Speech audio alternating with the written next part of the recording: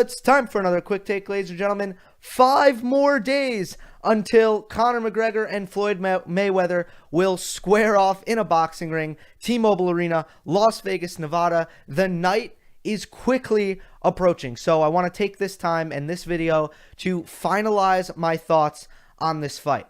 I want to start with the overall perception of the fight and how it's viewed.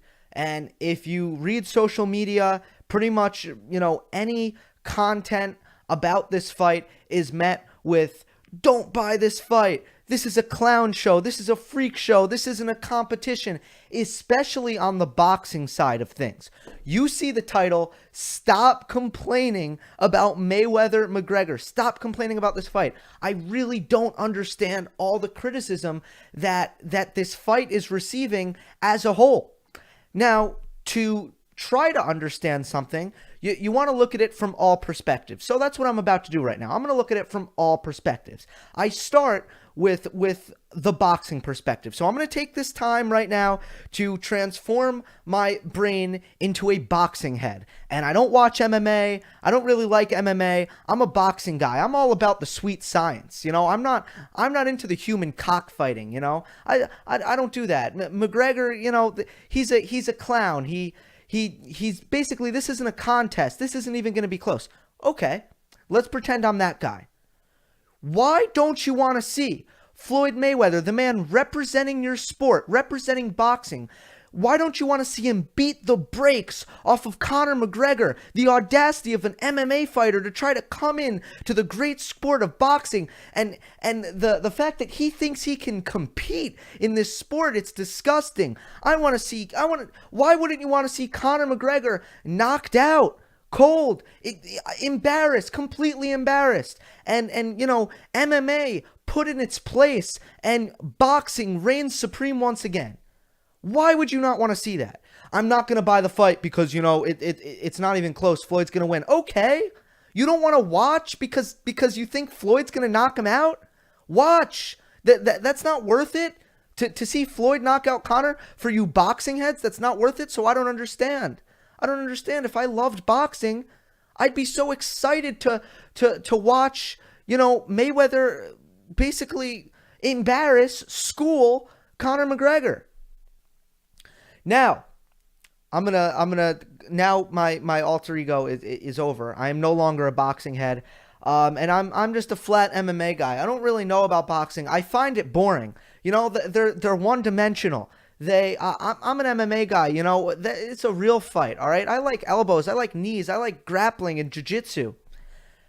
Now, I will say this, the MMA community is being much more kind to the fight, and I think that MMA fans are a lot more excited and a lot more willing to admit that they're actually buying the fight. But if I'm, a Conor fan who thinks, or an MMA fan who thinks Conor has a legitimate shot at winning, then I am waking up on Saturday morning, August the 26th, and I'm thinking about the night, and I'm thinking, wow, Conor McGregor could, in one punch, in one foul swoop, become, first of all, pull off the greatest upset in the history of sports, and he would also become probably the most, he would basically become a sporting god. I mean, Conor McGregor would be bigger than life all of a sudden. The Twitter would break. The sports world would just go into a frenzy. If you think that Conor McGregor has a chance at beating Floyd Mayweather, then I do think that that group of people, they are buying the fight. But obviously you can't wait to watch this fight, because to me, just almost the taut rubber band effect, the fact that those two are in the ring, and how much Floyd Mayweather and the boxing community is set up to lose in this fight is just an unbelievable thing to even consider. The magnitude of what would be a Conor McGregor win is so enormous, and that's enough if you are an MMA guy, if you are a Conor McGregor guy or girl, that's enough to want to watch this fight. Now, I think both sides of this of that spectrum, the extremists, I'll call them, they're both off the mark. Just they both lack perspective. The McGregor fans who have never watched boxing, and the boxing fans who don't know Conor McGregor. They don't understand the context of Conor McGregor's meteoric rise and how special he is as an athlete, as a combat sports competitor. They just don't understand him. If there's one thing that I've learned in the buildup, and I think a lot of people are basically taking this away from following the buildup of this fight, it's that, God, these boxing and MMA, they do not mingle. They do not cross-pollinate. And as a result, the boxing segment really doesn't know anything about Conor or MMA, and the MMA group, the MMA community doesn't really know much of anything about boxing. That has become extremely apparent. Now, I'll be the first to admit it. Before this fight was booked, I really didn't know that much about boxing. I watched some big fights, but I really didn't care that much. I've never been this excited for a fight in my lifetime. I'm probably a little bit more excited for this than I was for Mayweather-Pacquiao, which sucked. But, we can all agree on that one. So, as a result, I've went back. I've studied the sport of boxing. I've always respected the sport of boxing. I just enjoy MMA a little bit more. But I've went back and I've watched tons and tons of full Floyd Mayweather fights. Now, the casual fan isn't in my position and doesn't want to do the work, doesn't want to do the research, and doesn't want to really learn about Floyd Mayweather and the sport of boxing like I do, and isn't willing to go to the lengths that I'm willing to go to. So, I've studied the sport a lot in the last 2 months. I've watched, Mayweather De La Hoya, Mayweather Cotto, Mayweather Berto, Mayweather Pacquiao, of course, Mayweather Sugar Ray Leonard. I've watched all the more recent Floyd fights, relatively recent at least. Floyd Ricky Hatton, I watched that one too. I've watched all those fights in full and really tried to get to know Floyd Mayweather.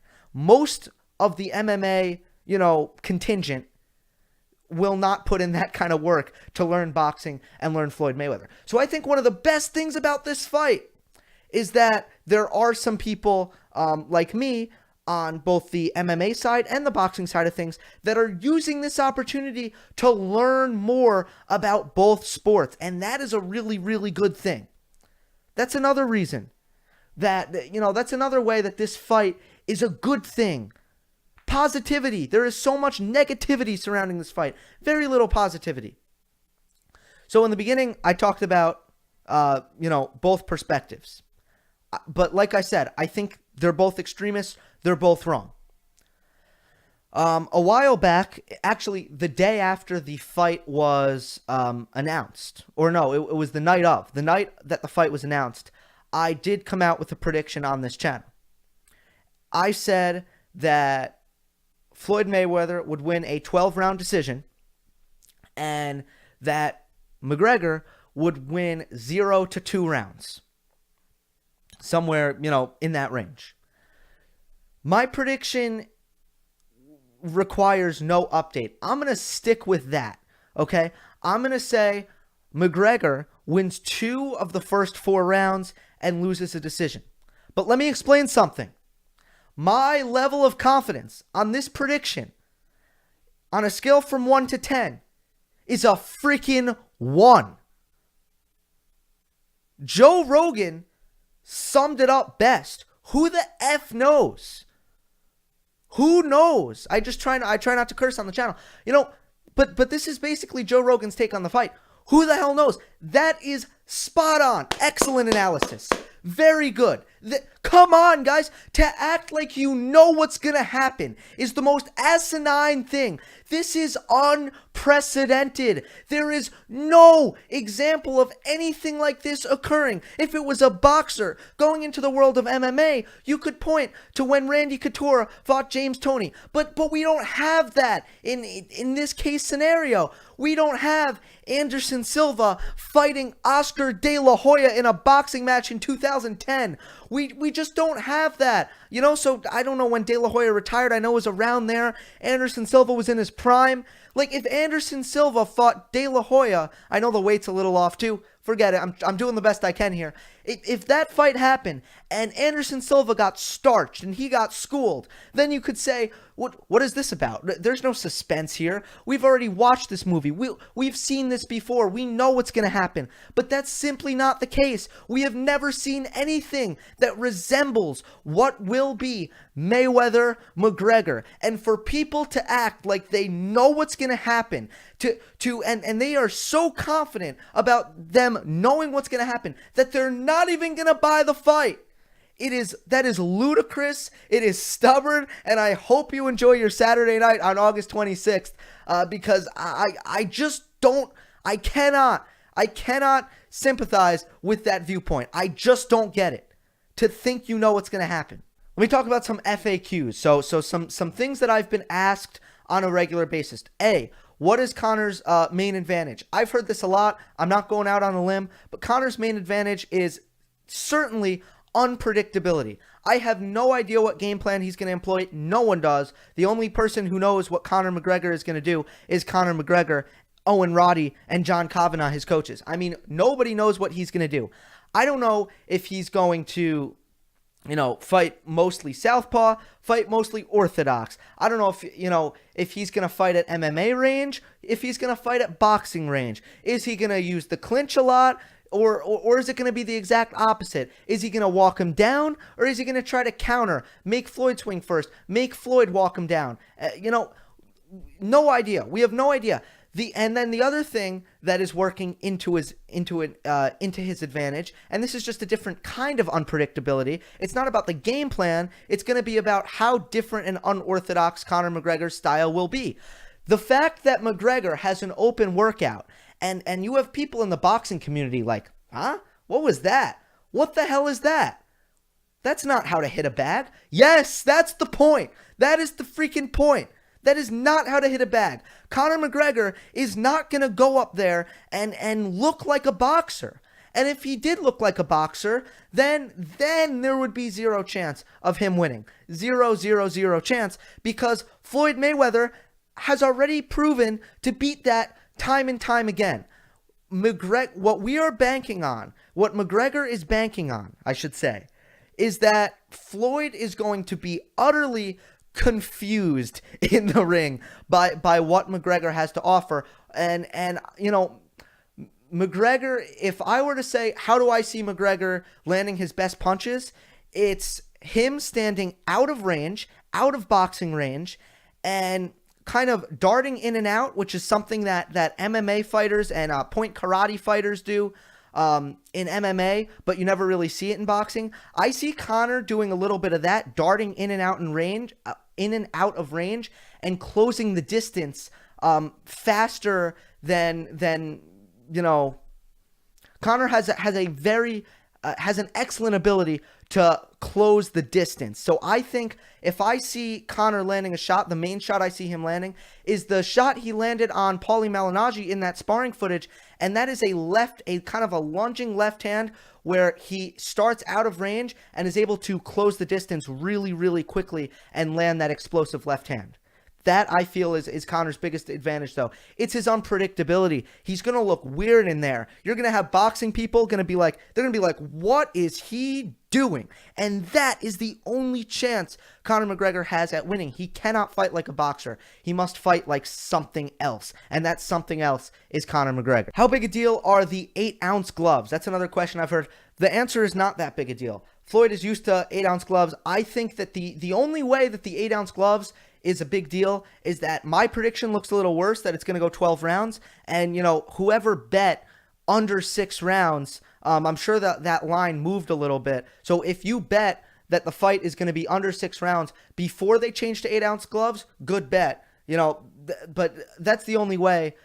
I mean, is it going to sting more to get hit? Are the hands going to be faster? Yeah, but I don't think either of them really have garnered an advantage from the fact that the gloves were changed from 10-ounce gloves to 8-ounce gloves. Is the Paulie footage a big deal? I mentioned the Paulie footage just a couple moments ago. Well, it depends. If you're Max Kellerman, let's say, or if you're someone who thinks that Conor McGregor is not going to land a punch, he's going to be so schooled and embarrassed in there, he's going to look out of place, and it's not even going to be a fight, then yes, the Paulie footage should mean something, because you're looking at a former 2-division world champion who retired in March, and that's a couple months ago. That's 5 months ago. Okay?